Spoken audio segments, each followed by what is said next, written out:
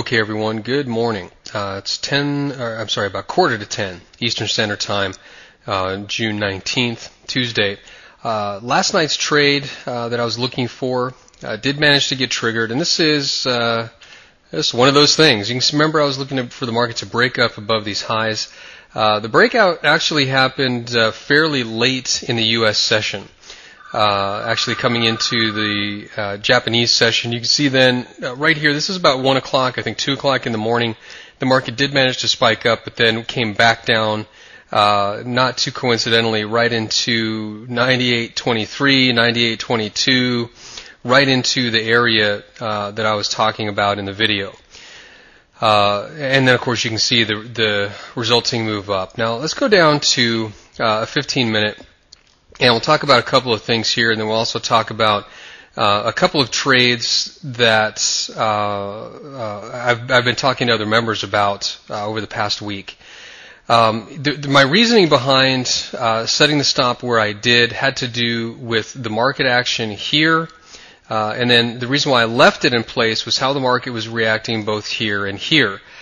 Because if you remember, I put out yesterday's video fairly early. When I came back in the market, I saw that there was some support building in this area here in the marketplace, these two lows. And then I saw that coincided fairly evenly with these prior highs there. So I felt confident that the market would have a difficult time getting through this area and then down to the stop. But you can see how placing smaller stops is not more conservative. It's actually more risky. Especially if you're talking about automated trades. If you remember, the stop was only about 25 pips or so, I think, and that can get a little bit tight. So let's talk about stop placement and some other things. Remember, one of the criteria, the two criteria that I have for a stop is number one, it needs to be close enough that I can afford it. In other words, I don't want to place a stop down here at 97.70 if I don't have that much money in my account. And then two, it should not be easy for the market to get to. And this is a bit subjective and ambiguous. So let me talk about that. And by subjective and ambiguous, I mean, what do I mean by not easy? Not easy to me might not mean the same thing to you. So let's look at it in terms of the market. Remember I was looking at the lows right here, and then the highs there. The thinking goes, if this area was resistance, meaning traders sold the market when it got up here, and then they bought the market when it got there later on, obviously the opinion has changed. So the theory is then, if the market pushes back down into this area, then the likelihood is that the market participants are going to buy if the trend is going up. Okay, that's the key thing, if the trend is going up. And the short-term trend has been going up. Now, in terms of easiness, I mean, if you think about it, doesn't it just make sense that it would be harder for the market to get back down into this area than it would be for the market to get down in this area? I mean, if you just think about it in terms of dollar terms, the market gets up here to 98.45. If they need to come down 45 pips, you have to remember, these are not retail traders driving this market. These are big professional traders moving hundreds of millions and billions of dollars.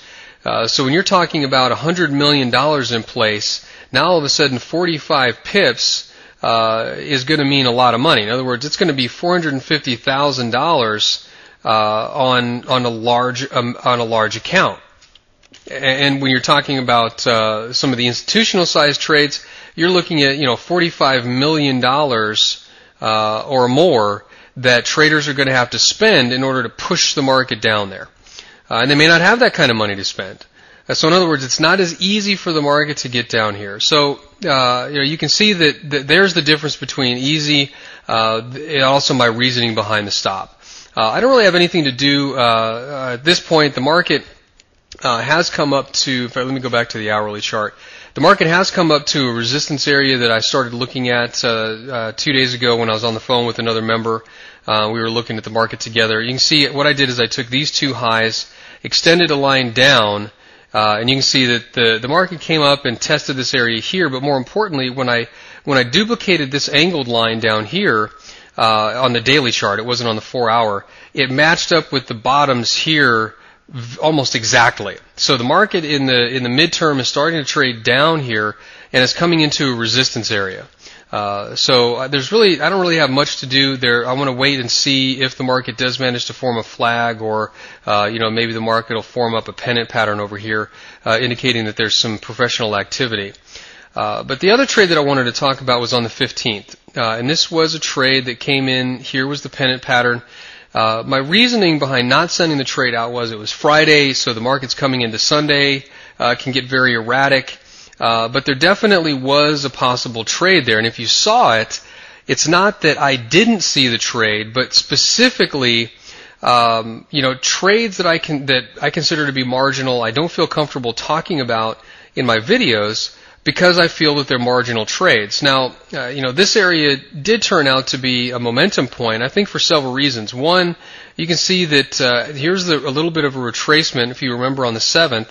But then that retracement forms a very nice resistance line, which then later on turned into this large pennant pattern or this large triangle pattern. So the market had some significant resistance to break through, and once it did, you can see here that the momentum started and the market shot up fairly quickly. And in fact, 1 4-hour bar, I believe the market moved more than 90 pips.